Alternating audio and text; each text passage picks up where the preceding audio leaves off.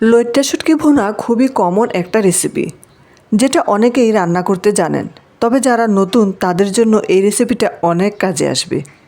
এখানে আমি 100 গ্রাম পরিমাণ লইট্টা শুটকি নিয়েছি। এগুলো এখন আমি কেটে নিব। শুটকিগুলো ধোয়ার আগে ভালো করে কেটে পরিষ্কার করে নিতে হবে।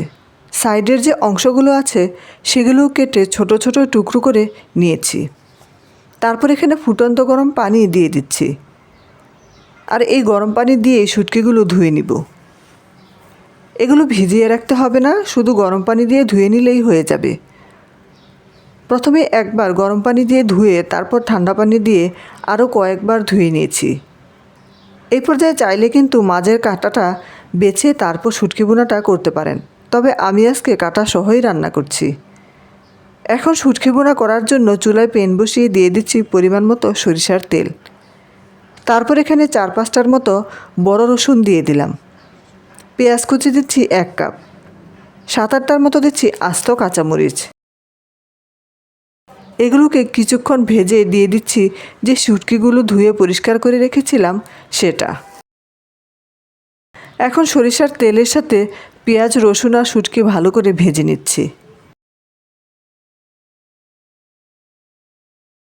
ভাজতে ভাজতে যেন পেঁয়াজটা নরম হয়ে যায় আর কালারটাও চেঞ্জ হয়ে আসে। এই শুটকি ভাজার কাজটা একটু সময় নিয়ে করতে হবে, তাহলে শুটকির কাঁচা গন্ধটা চলে যাবে আর শুটকি ভুনা খেতেও অনেক বেশি টেস্ট হবে।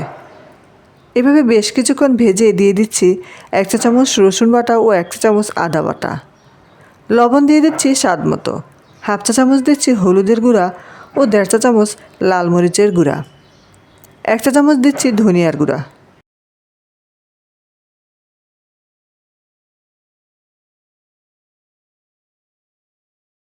তেলে মশলাটা কিছুক্ষণ ভুনে নিয়ে তারপর এখানে দিয়ে দিব পানি।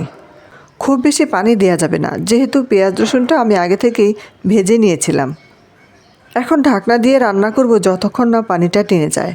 এই পর্যায়ে চুলার তাপ থাকবে মিডিয়ামে।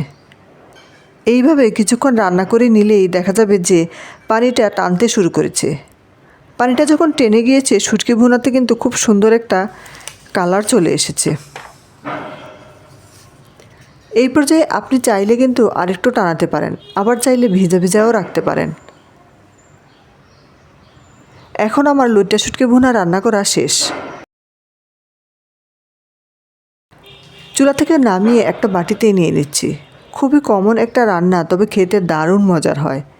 এই রেসিপিতে মাঝে মাঝে রান্না করতে পারেন। গরম ভাতের সাথে এই শুটকি ভুনা খেতে দারুণ লাগে।